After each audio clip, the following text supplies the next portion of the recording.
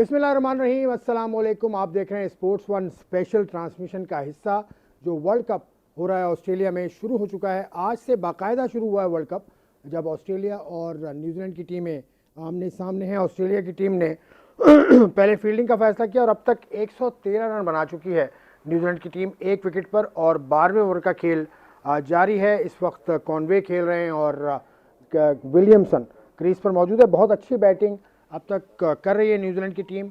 क्या होगा, क्या होने वाला है, और दूसरा मुकाबला आज का होगा इंग्लैंड और अफ़गानिस्तान के दरमियान, उस पर भी हम बात करेंगे। मेरे साथ मेरा रेगुलर पैनल मौजूद है। हारून रशीद साहब पाकिस्तान के लिए 23 टेस्ट मैचेस के लिए और बहुत सारे कारनामे उसके अलावा भी पाकिस्तान क्रिकेट बोर्ड के लिए, पाकिस्तान की टीम्स के लिए, पाकिस्तान की जूनियर टीम्स के लिए, पाकिस्तान में डोमेस्टिक क्रिकेट के लिए, पाकिस्तान में और जो पाकिस्तान का एक खासा है कि जो दूसरे ममालिक के लिए खिदमात अंजाम देता है, उसके हवाले से भी इन्होंने काम किया था।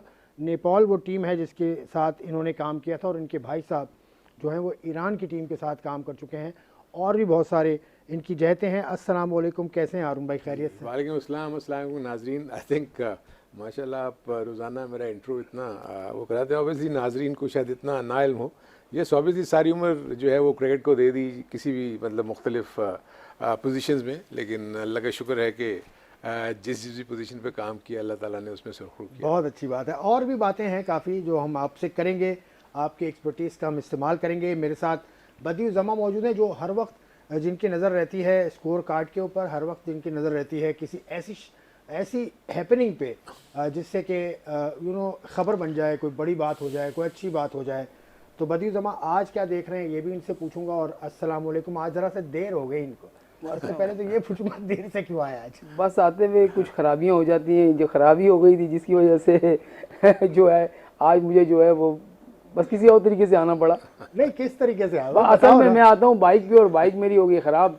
अब हम बीच सड़क में परेशान हो गए, वहाँ से फिर रिक्शा पकड़ा, बाइक वहीं छोड़ी और फिर आगे। हमने कहा प्रोग्राम में देर ना हो जाए। चले यार, बहुत शुक्रिया आप भी आए। अब हारून भाई, अभी तो बैटिंग चल रही है, न्यूजीलैंड की बड़ी अच्छी बैटिंग कर रही है। 112-13 रन बना लिए थे 12 ओवर में। तो ये स्टार्ट आपको ठीक लग रहा है? ऑस्ट्रेलिया ने टॉस जीता और पहले फील्डिंग का फैसला किया। हाँ, ये मैं थोड़ा सा ज़रूर हैरान इस बात पे हुआ कि नॉर्मली मैंने ये देखा है कि जितने भी ऑस्ट्रेलिया में वेन्यूज़ हैं उसमें अगर आप 180 या 170 के करीब अगर रन्स कर लें, जो कि एक पार स्कोर बनता है, तो आप उसको अच्छी तरीके से डिफेंड कर सकते हैं। क्योंकि ऑस्ट्रेलिया की पिचेस जो है ना वो थोड़ा सा बॉलर्स को हेल्प कर देती है इन द सेंस के आप विकेट साफ ले लेते हैं। लेकिन क्योंकि ऑस्ट्रेलिया होम कंडीशंस को ज़्यादा बेहतर जानते हुए उन्होंने ये टॉस जीत के एक तो बैटिंग की दावत दी न्यूजीलैंड को।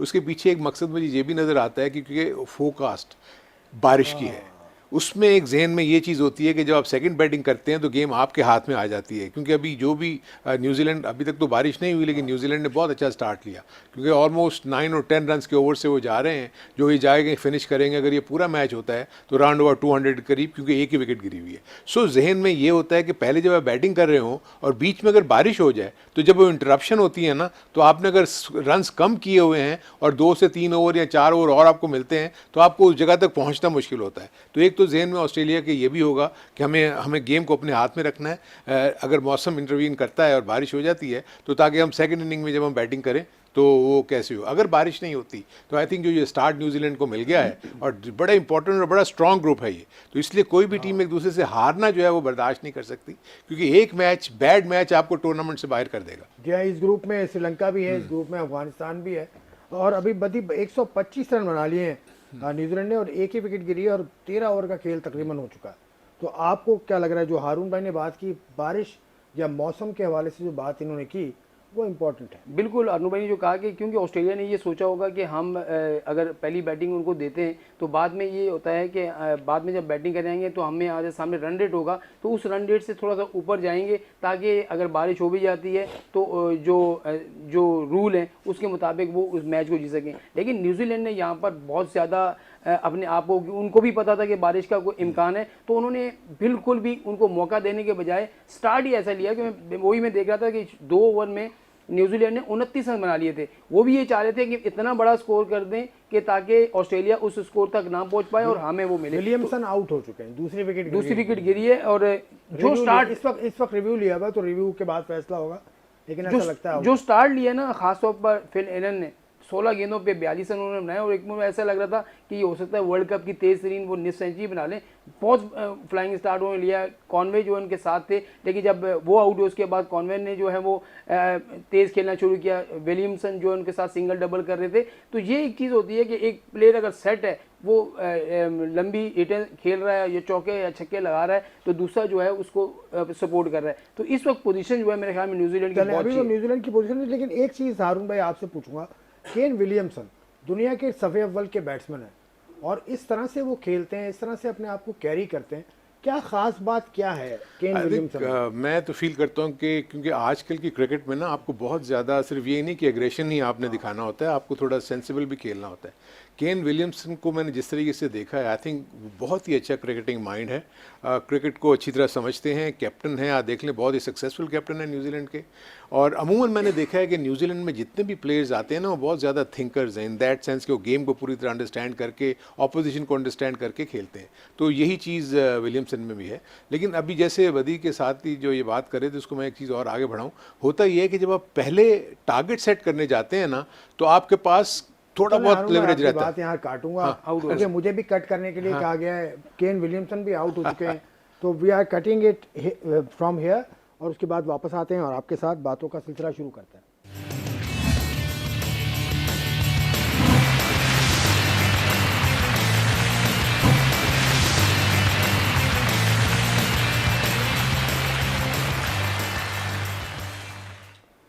खुशामदेद एक मरतबा फिर आप स्पोर्ट्स वन देख रहे हैं और ये स्पेशल ट्रांसमिशन का सिलसिला है जो वर्ल्ड कप 2022 ऑस्ट्रेलिया में शुरू हो चुका है। आज 13वां मैच था वैसे तो, लेकिन आज अगर देखा जाए तो पहला मैच था जो तमाम क्वालिफिकेशन के बाद हुआ है। क्वालिफिकेशन के बाद 4 टीम्स आ गई और 4 टीम्स 2 ग्रुप्स में चली गई और उन ग्रुप्स में मुकाबले हो रहे हैं। ऑस्ट्रेलिया मुकाबला कर रहा है न्यूजीलैंड का और अफगानिस्तान का मैच होगा इंग्लैंड से।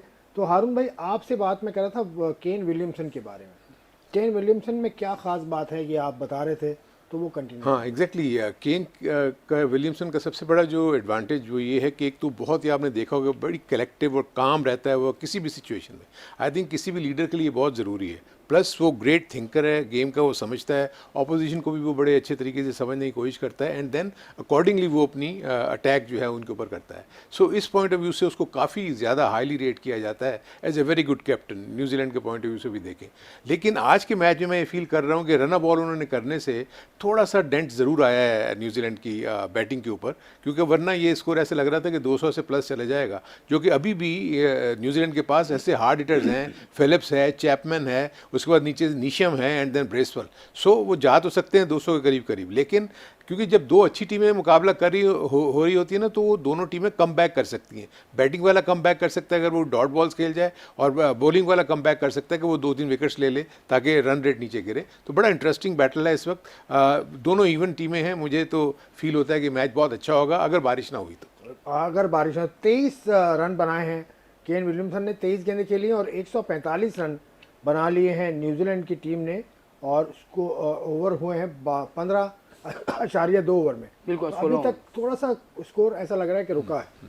बिल्कुल, अब जो 2 से 3 ओवर हुए हैं ऑस्ट्रेलिया की तरफ से वो बहुत अच्छे हुए हैं, जिसके बाद रन रेट रुका है, वहाँ पर 5-6-7 रन के ओवर किए, तो यहाँ पर रन रुका है। तो हमेशा से आप देखें आसिफ भाई, वर्ल्ड कप में यही होता है कि आप शुरू में सही जा रहे होते हैं, लेकिन 1-2 विकेटें गिरने के बाद जब आप तकरीबन 11 से 15 के ओवर के दरमियान जाते हैं, 4-5 ओवर में लाजमिन जो है वो रन रेट स्लो हो जाता है। तो आप देखिए आखिरी के तकरीबन 4-5 ओवर बाकी हैं, इसमें अगर क्योंकि उनके आउट भी 2 हुए, पीछे विकेटें भी हैं और खेल भी जो एक सेट बैट्समैन कॉनवे खेल रहा है, उसके अलावा फिलिप्स उनके साथ खेल रहा है, नेशम इसके बाद आएगा, तो मुझे लग रहा है कि 50 रन बन सकते हैं। तो ये तकरीबन 200 के करीब टारगेट जो है वो न्यूजीलैंड की टीम दे सकती है ऑस्ट्रेलिया को, जो उसके लिए मुश्किल हो जाएगा। अच्छा हारून भाई, अगर ऑस्ट्रेलिया की बॉलिंग लाइन देखें, मिचेल स्टार्क हैं, जोश हेजलवुड हैं, पैट कमिंस हैं, मार्कस स्टोनियस हैं और एडम ज़ैम्पा हैं।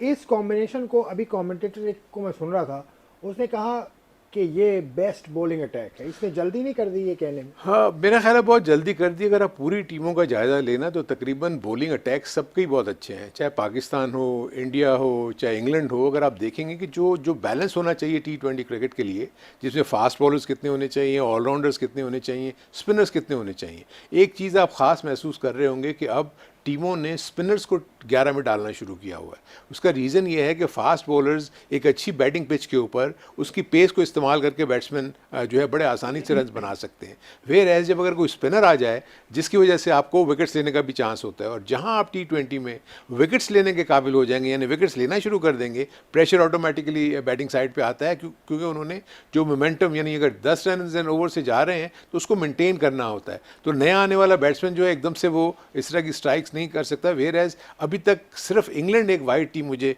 नज़र आती है इस वक्त, जो कि इररिस्पेक्टिव उनकी विकेट्स गिर रही होती हैं लेकिन वो अपने रन रेट को मेंटेन करते हैं। ऑस्ट्रेलिया को भी मैंने ये देखा है कि ये गिर जाते हैं। आज जैसे आपने देखा न्यूजीलैंड थोड़ा सा 10 रन एंड ओवर लेके शुरू हुए, अब वो तकरीबन 8 या 9 के करीब आ गए हैं। अगर ये 180 190 में फिनिश करते हैं तो स्टिल इनके पास इनका जो बॉलिंग अटैक है वो भी बुरा नहीं है।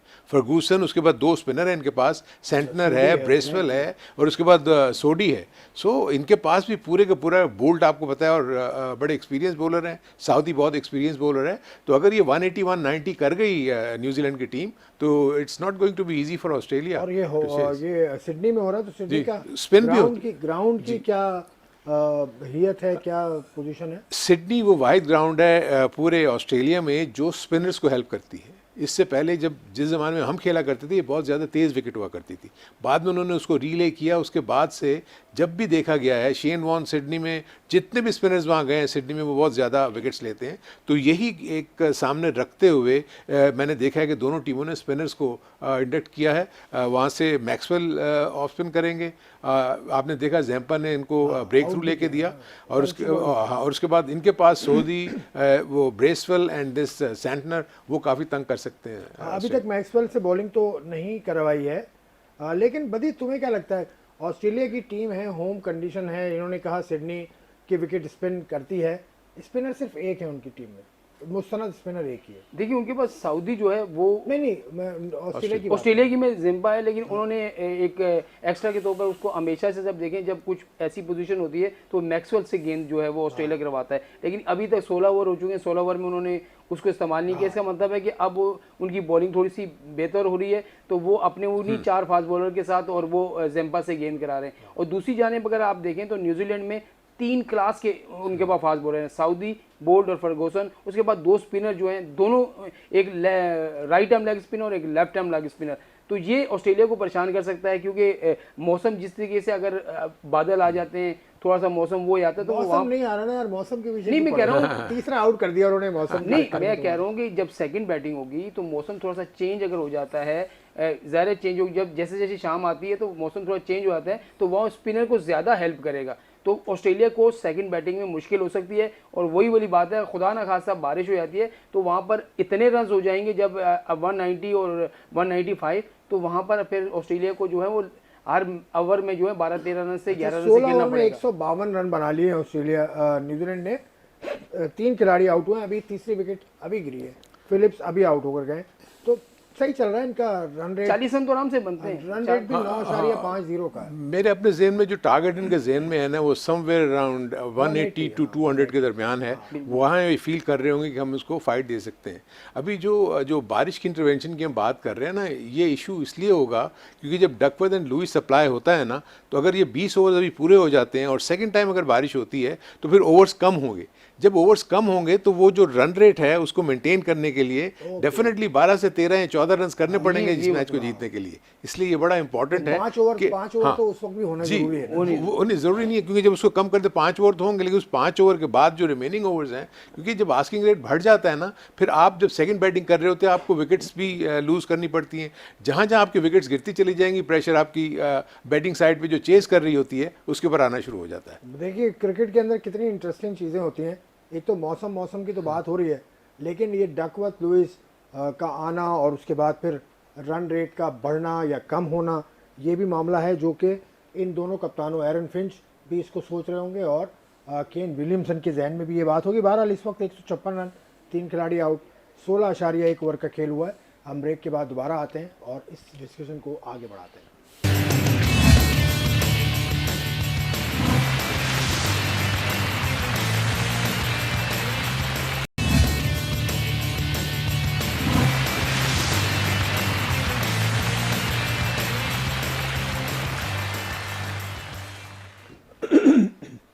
आप देख रहे हैं स्पोर्ट्स वन और हम बात कर रहे हैं इस मैच की जो ऑस्ट्रेलिया और न्यूजीलैंड के दरमियान चल रहा है। एक और मुकाबला भी होना है आज 4 बजे, वो है अफगानिस्तान और इंग्लैंड के दरमियान। उस पर थोड़ी सी बात करते हैं, फिर हम इस मैच को भी देखेंगे क्योंकि ये भी इख्तितामी लम्हात की जानिब अपनी बढ़ती हुई है इनिंग्स इस वक्त न्यूजीलैंड की, और काफ़ी अच्छा स्कोर अभी तक कर चुकी है न्यूजीलैंड की टीम।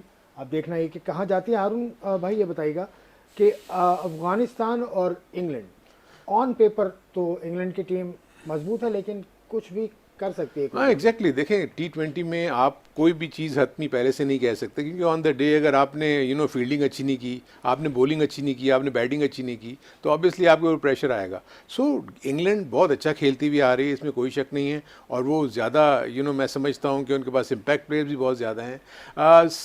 अफ़गानिस्तान को हम इमर्जिंग टीम तो कह सकते हैं, क्योंकि अफ़गानिस्तान का सबसे बड़ा इशू ये है कि वो अपने मुल्क में क्रिकेट नहीं खेल सकते, बाहर की टीमें उनके मुल्कों में नहीं जाती, तो उनको सहारा लेना पड़ता है दूसरे मुल्कों में, वो अपने ट्रेनिंग कैंप्स ही दूसरे मुल्कों में लगाते हैं। तो इस पॉइंट ऑफ व्यू से थोड़ा सा डिसएडवांटेज उनको है, लेकिन उनके पास जो स्क्वाड में जो प्लेयर्स हैं वो बहुत आउटस्टैंडिंग है। स्पिनिंग डिपार्टमेंट उनका बहुत ज़बरदस्त है। बड़ी बड़ी लीग में आप देखें, राशिद खान, मुजीब और ये सारे के सारे जितने भी प्लेयर्स उनके खेल रहे होते हैं, नबी, ये वहाँ परफॉर्म करते हैं। तो इस पॉइंट ऑफ व्यू से ये टीम स्ट्रांग है, लेकिन उस ग्रुप के मुकाबले में जो इस वक्त हम न्यूजीलैंड की बात करें, ये ग्रुप बहुत ज़्यादा स्ट्रांग है। वहाँ पर जो 3 टीमें हैं जिसमें साउथ अफ्रीका, पाकिस्तान और उसके बाद इंडिया, उस वाले ग्रुप में वो एक दूसरे से एक आध मैच उनको जीतना ज़रूरी है। लेकिन यहाँ पर मैं ये फील करता हूँ कि बहुत इम्पॉर्टेंट होगा ऑस्ट्रेलिया न्यूजीलैंड के इस मैच में कि पहले मैच में कामयाबी हासिल करके इसलिए एक टीम को एडवांटेज हो सकता है। बड़ी टीम्स है ऑस्ट्रेलिया न्यूजीलैंड के अलावा, इसमें इंग्लैंड भी है, उसमें अफगानिस्तान को बड़ा कड़ा मुकाबला होगा। अफगानिस्तान की टीम को आप कैसे देखते हैं?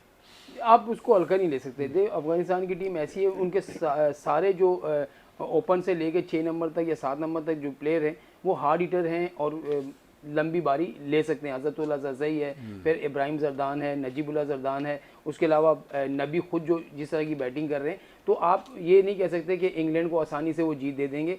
3 स्पिनर उनके खेल रहे होंगे, 2 फास्ट बॉलर खेल रहे होंगे, तो वहाँ उनको इंग्लैंड को मुश्किल है। थोड़ा सा एडवांटेज इनको स्पिन डिपार्टमेंट में लाजमी है अपना अफगानिस्तान को, लेकिन इंग्लैंड की टीम जो है उनकी जो बैटिंग पिछले कितने मैच जो पाकिस्तान से सीरीज़ खेले, फिर अभी उन्होंने दोबारा जो सीरीज़ खेली ऑस्ट्रेलिया के खिलाफ, उसके अलावा जो वार्म मैच खेले, तो उनकी जो बैटिंग लाइन है ना वो बहुत तगड़ी है। और अगर उनके फास्ट बॉलर ले लें तो उनके फास्ट बॉलर भी तीनों बहुत ज़बरदस्त वो कर रहे हैं। उसके अलावा उसका स्पिनर जो है मोइन अली भी है, दूसरा आदिल रशीद भी है, तो उनका स्पिन डिपार्टमेंट इतना अच्छा नहीं है जितना उनका है, लेकिन इनकी फास्ट बॉलर का एडवांटेज इंग्लैंड को लाजमी होगा। लेकिन वहाँ वही टीम जीतेगी जो बड़े दिल के साथ आप खेल रहे हैं। आप देखें ना, हम कल से यही कह रहे हैं कि जी ऑस्ट्रेलिया की टीम बहुत फेवरेट है, वो आसानी से जीत जाएगी, लेकिन आप न्यूजीलैंड को देखें कि 18 ओवर में तकरीबन 75 रन हो गए, 76 रन हो गए, और 2 ओवर में 22-24 रन, यानी कि 200 वो कर लेंगे। तो मेरे ख्याल में जो भी टीम प्रेशर नहीं लेगी, जो भी टीम जो है वो खुल के खेलेगी। आजकल मॉडर्न क्रिकेट है और T20 में आप किसी को इतना ज़्यादा फेवर नहीं कर सकते। कोई भी टीम किसी भी वक्त किसी को भी हरा सकती है। मॉडर्न क्रिकेट इन्होंने कही, मॉडर्न क्रिकेट में एक रखना आता है पाकिस्तान में, ख़ास तौर से मैं कहूँगा इंडिया का मुझे नहीं पता, कि जो अगर अपनी मर्ज़ी का लड़का आपका नहीं आया तो आपके ख्याल में वो टीम ख़राब है, तो थोड़ा सा सब्र नहीं हो सकता? नहीं, ऐसा नहीं है। देखिए, मॉडर्न डे क्रिकेट का मतलब ये है कि जो क्रिकेट जिस तरीके से इवॉल्व हो रही है, T20 क्रिकेट जिस किस्म से इवॉल्व हो रही है, ये टोटली बैटिंग ओरिएंटेड क्रिकेट हो चुकी है, क्योंकि यहाँ पर बॉलर्स के लिए तो कोई रिस्पाइट नहीं है, चाहे फास्ट बॉलर हो चाहे स्पिनर हो। अगर तो स्पिनर्स को हेल्प मिल रही है तो वो आउट कर लेगा, अगर फास्ट बॉलर्स को कोई हेल्प मिल रही है तो 1-2 विकेट्स ले लेगा। लेकिन उसको सामने रखते हुए जो मॉडर्न डे क्रिकेट में जो रन रेट है ना, जो स्ट्राइक रेट है, उसकी इंपॉर्टेंस बहुत बढ़ गई है। अगर मैं एवरेज देखता हूं तो पाकिस्तान की अगर हम स्ट्राइक रेट को देखते हैं जिसके ऊपर आप, तो वो 123 के लगभग है, वेयर एज जो दूसरी तमाम टीमें हैं वो 134 प्लस पे हैं। 140 प्लस पे हैं। सो इससे साफ जाहिर होता है कि दूसरी टीमों ने जो मॉडर्न डे क्रिकेट को अपनाया हुआ है इस पॉइंट ऑफ व्यू से कि चाहे विकेट्स गिरें या ना गिरें, इस चीज़ की इनको कोई परवाह नहीं होती। हमने देखा 8, 9, 10 रन का ओवर हमें चाहिए हर ओवर में, और इतने रन करेंगे तो वो जाके 170, 180 या 190 पे फिनिश करेंगे, जो कि एक बहुत अच्छा स्कोर होता है। सेकंड टाइम जब आप चेस करते हैं तो आपको ये डर होता है कि हमको मेंटेन भी करना है रन रेट, आस्किंग रेट, और उसके साथ साथ विकेट्स भी इन हैंड रखनी है। तो जहां 1 से 2 विकेट्स गिरती हैं, नए आने वाले के ऊपर प्रेशर बढ़ना शुरू हो जाता है। और ये बिल्कुल ठीक कहा आपने, बिल्कुल सही कहा। ये स्टैट्स भी मैं देखता जा रहा हूँ, स्कोर भी देखता जा रहा हूँ। 178 रन, 3 खिलाड़ी आउट पर न्यूजीलैंड ने स्कोर बना लिया है अब तक। कॉनवे 82 रन बनाकर आउट हुए, और कॉनवे का जो हारून भाई जो वैगन व्हील नज़र आ रहा है उसमें इवन स्टीवन है, मतलब वो अगर कवर पे उसने 18 रन बनाए तो 28 रन उसने बनाए हैं मिड विकेट पे। तो ये क्या देखिए, ये बड़ा इंपॉर्टेंट, मैं आपको बताऊं, जो आपने पॉइंट रेस किया ना, बड़ा यही वजह है कि जो बैट्समैन अब वन डायमेंशनल बैट्समैन नहीं चाहिए T20 क्रिकेट में। बैट्समैन वो चाहिए जो इम्प्रोवाइज कर सके, जो विकेट के चारों तरफ खेल सके, और इसीलिए ऐसे प्लेयर्स कामयाब होते हैं। आपने देखा होगा कि ये इम्प्रोवाइजेशन बहुत हो गई है, ऑफ स्टम्प से बाहर निकल के लेग स्टम्प पे मार देना, लेग स्टम्प के नीचे उतर के ऑफ स्टम्प के कवर के ऊपर से मार देना। उसका रीज़न ये होता है कि एज ए बैट्समैन आप देख रहे होते हैं कि फील्डर्स कहाँ खड़े हैं ज़्यादा, तो आपने उसको नेगेट करना होता है। रिवर्स स्वीप आप देखते हैं, आप स्लॉग स्वीप देखते हैं, ये सारी वो चीज़ें हैं जो आजकल के T20 क्रिकेट में एक बैट्समैन को आनी चाहिए। तो जो इस चीज़ के ऊपर अबूर हासिल कर रहा है, जैसे अभी इंग्लैंड का जिक्र किया, इंग्लैंड इसी तरह खेलती है, न्यूजीलैंड इसी तरह खेलती है।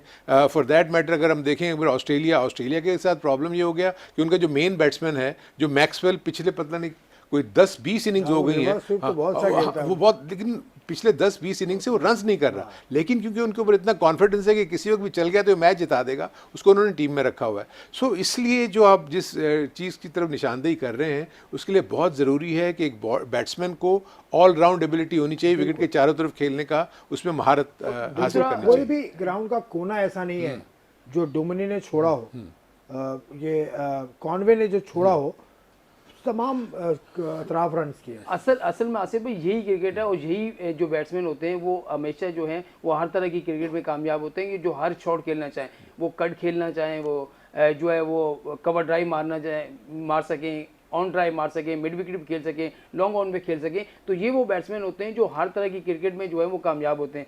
एक तरह का शॉट अगर आप खेलेंगे तो कोई भी अच्छा बॉलर होगा, कोई भी अच्छा कप्तान होगा, तो आपको 2-3 वो आपको फंसा लेगा, चाहे वो मिड विकेट पे फंसाए, चाहे वो स्क्वायर लेग पे फंसाए, आपको फंसा के आउट कर देगा। तो यहाँ पर आपको टोटली जो शॉट्स हैं वो आने चाहिए, और वो आपको नजर आ रहे होंगे खासतौर पर न्यूजीलैंड की ज़्यादातर। देखिए अब नेशम उन्होंने भेजा है, नेशम को आप देखें कि वो ये नहीं कि सिर्फ मिड विकेट मारता है, वो सीधा भी मारता है, वो एक्स्ट्रा कवर भी मारता है। तो इस तरह के, और जहाँ तक हमारे उनकी बात की ना आपने, हम लोग 2-3 के बाद हमारे प्लेयर डरते हैं कि यार कि आउट हो गया तो कहीं बाहर ना हो जाऊं। हम तो बाहर के प्लेयर जो है वो डरते नहीं। पाकिस्तानी झंडा भी लगाते हैं ना, झंडा लगा के हम ये साबित कर सके कि हम पाकिस्तानी हैं। तो वैसे भी हम पाकिस्तानी हैं। गैर मुल्की शहरी है वो जो आपके निगरान बने हुए हैं, वो गैर मुल्की शहरी है, 2 शहरियत है उनके पास, वो हमें पाकिस्तानी बनाते हैं। बिल्कुल ऐसा। मतलब आप इस पे कुछ कहें। ये दो कौन छोड़े देना, रहने दें, बस छोड़े। वो 2 शहरी हैं, 2 शहरियत है उनके पास, हेड कोच 2 शहरियत के उनके पास, तो वो हमें पाकिस्तानी समझाते हैं। ये कोई तरीका है? मैं तो बॉर्न पाकिस्तानी, मुझे जरूरत नहीं है इन चीज़ों। मुझे तो ये शॉट्स हैं कि इफ्तिखार तमाम शॉट्स खेले, हैदर तमाम शॉट्स खेले, मुझे वो अच्छा लगता है। नहीं, ये तो अरुण भाई हम ये देखें ना कि हम कोई भी बैट्समैन हमारे पास हैदर अली आया तो उसने एक मैच में 50 रन क्या किए, कोई कह रहा है रोहित शर्मा है, कोई कह रहा है वो पेशावर ज़ल्मी से खेलता है ना, तो पेशावर ज़ल्मी की एक अलग टीम है।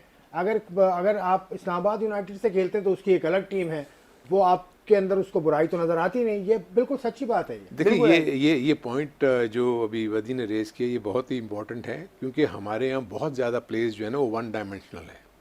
अगर होता ये है कि जब ये शुरू में आते हैं, इंटरनेशनल टीम्स ने इनको देखा हुआ नहीं होता, तो पहले 2-3 मैचों में ये एक्सेल कर जाते हैं, रन्स कर जाते हैं, तो उसके बाद जो दूसरी टीम है वो वे कर लेती है कि इसके स्ट्रॉन्ग पॉइंट्स कहाँ हैं। हैदर अली जब आया उसके के सारे स्ट्रोक्स आप उठा के देख लें, मिड विकेट, मिड ऑन और स्क्वायर लेग, वो वन डायमेंशन इसी तरफ खेलता था। उन्होंने उसको ऑफ स्टंप के बाहर बॉलिंग करना शुरू कर दी, वो फेल हो गया। फ़खर जमान आते ही कितना ज़बरदस्त छा गए थे, लेकिन उसके बाद उन्होंने देखा कि शॉर्ट बॉल के ऊपर वो इतना अच्छा नहीं है। जहाँ देखें अच्छी बाउंसी विकेट्स होती हैं वहाँ उसको बाउंसर करते हैं, उसको आउट कर लेते हैं। वेयर हमारे यहाँ जो आप बात कर रहे थे ना, हमारे यहाँ इस किस्म की सोच जो हमारा थिंक टैंक है या जो हमारे कैप्टन्स हैं उनको ये ज़हन में रखने की ज़रूरत होती है कि आप अपनी ऑपोजिशन को, जो आपके ओपोनेंट्स हैं, उनको वे करें वो कहाँ आता है, कहाँ अच्छा कहाँ बुरा है, ताकि आप वहाँ पर अटैक करें और मुसलसल करें। बिल्कुल ठीक है, इस पर हम बात करते रहेंगे। बदीर जमा आपसे भी हम बात करते रहेंगे। 3 गेंदों का खेल बाकी है अभी और स्कोर हो चुका है 179 189 रन, 3 खिलाड़ी आउट पर न्यूजीलैंड ने बना लिया है स्कोर। और इस वक्त क्रीज पर मौजूद हैं आपके नीशम मौजूद हैं और उसके अलावा उनके साथी मौजूद हैं Conway is not out on 89। तो ये देखना होगा कि कहाँ तक स्कोर पहुँचाती है न्यूजीलैंड की टीम। 3 गेंदों का खेल अभी बाकी है, 189 रन, 3 खिलाड़ी आउट पर मैं आज का प्रोग्राम ख़त्म करता हूँ और आपसे कल मुलाकात होगी। उस वक्त के लिए इजाज़त, खुदा हाफिज़।